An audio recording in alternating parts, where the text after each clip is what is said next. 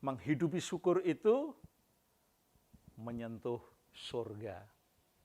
Nah, bagaimana tidak orang bersyukur kok bisa menyentuh surga?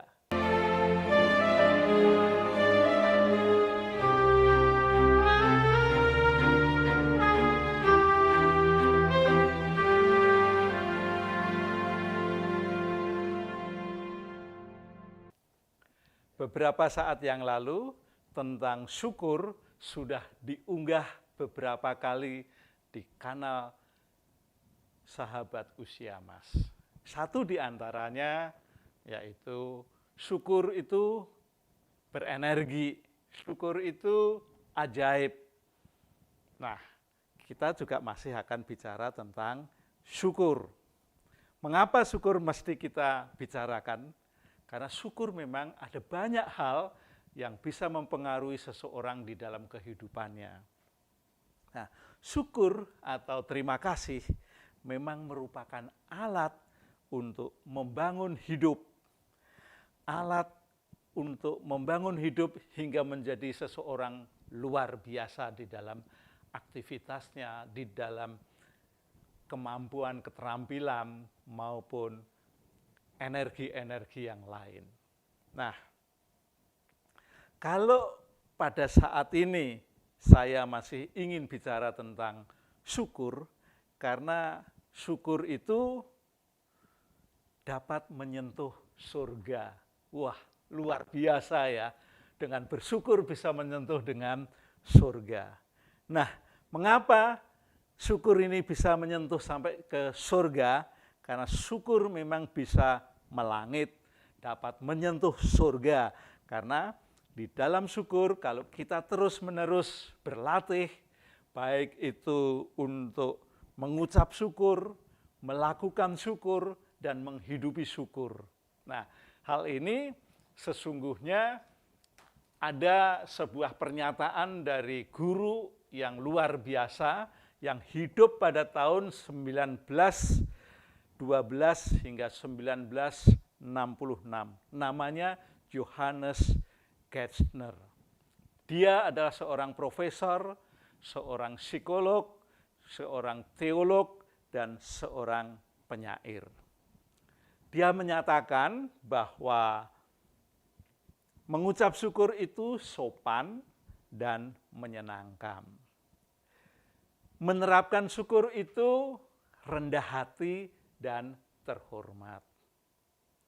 Menghidupi syukur itu menyentuh surga.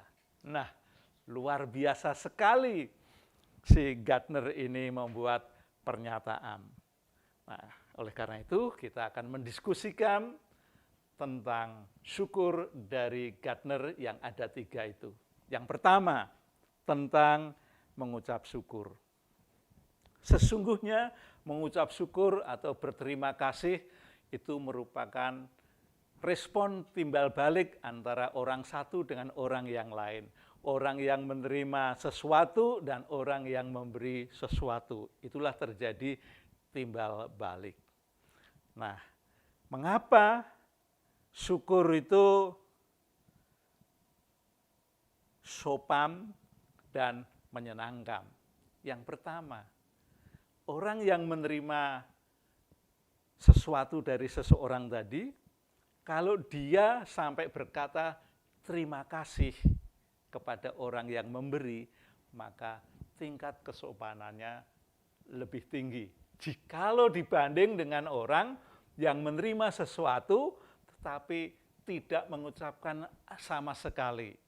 Dia langsung pergi begitu saja, tanpa pesan, tanpa apa. Tapi berbeda lagi kalau kita semua pernah memberi kepada orang yang pernah meminta-minta di pinggir jalan. Sekalipun dia tidak pernah berkata minta, tetapi dia hanya duduk dengan ada wadah untuk menerima uang. Tapi begitu seseorang menaruh uang, entah itu 1.000, entah itu 500, entah itu 2.000 sampai 10.000 dimasukkan ke dalam wadahnya, si peminta-peminta itu akan berkata, nuhun, terima kasih, dan masih ditambah dengan doa. Semoga Bapak atau Ibu berkahnya terus ditambah. Maka si pemberi ini akan memiliki tingkat kesenangan yang lebih luar biasa. Pertama, karena ketika ia memberi, dia disambut dengan ucapan terima kasih. Yang kedua, dia masih diberi doa supaya ada kelimpahan, supaya rezekinya bertambah. Nah, ini berarti menyenangkan hati bagi seorang pemberi. Sekalipun si pemberi itu sendiri sesungguhnya ketika mau memberi kepada seseorang, hatinya itu sudah merasa senang lebih dahulu. Karena dia ada niat untuk memberi. Oke, itu tentang syukur yang sopan dan menyenangkan. Berikutnya yang kedua, syukur itu murah hati dan terhormat. Nah, mau tidak mau orang yang menerima bila mendapat sesuatu lalu mengucap syukur, maka dia juga dirinya naik. Ya, ada hormat. Ya, kalau kita memberikan sesuatu kepada seseorang, pernahkah kita melihat bahwa orang yang menerima bingkisan itu begitu senangnya bukan main. Nah, dari situlah hormatnya akan tampak. Hormat kepada dirinya sendiri, juga hormat kepada orang yang memberi. Lalu yang berikutnya yaitu murah hati. Nah, memang orang yang memberi pasti orang yang murah hati, tetapi bagi orang yang menerima juga akan murah hati, karena ketika memberi kadang-kadang mereka juga memberikan kepada orang lain. Jadi tidak untuk dimiliki sendiri. Oleh karena itu, orang yang menerima pun, orang yang bersyukur itu juga dapat dikatakan sebagai orang yang murah hati. Luar biasa kan? Orang yang menerima tadi dan mau membagi kepada orang lain, maka dia juga menjadi orang yang sangat murah hati. Dan juga bisa menyenangkan bagi orang yang lain pula. Luar biasa orang yang ucap syukur ini. Jadi mengucap syukur banyak hal sebetulnya. Kalau yang lalu-lalu ada dampaknya, gembira. Oke lah, tentang itu sudah kita teruskan saja ke pandangan Gardner yang ketiga, yaitu menghidupi syukur itu menyentuh surga. Nah, bagaimana tidak orang bersyukur kok bisa menyentuh surga? Mengapa demikian? Nah, sesungguhnya begini,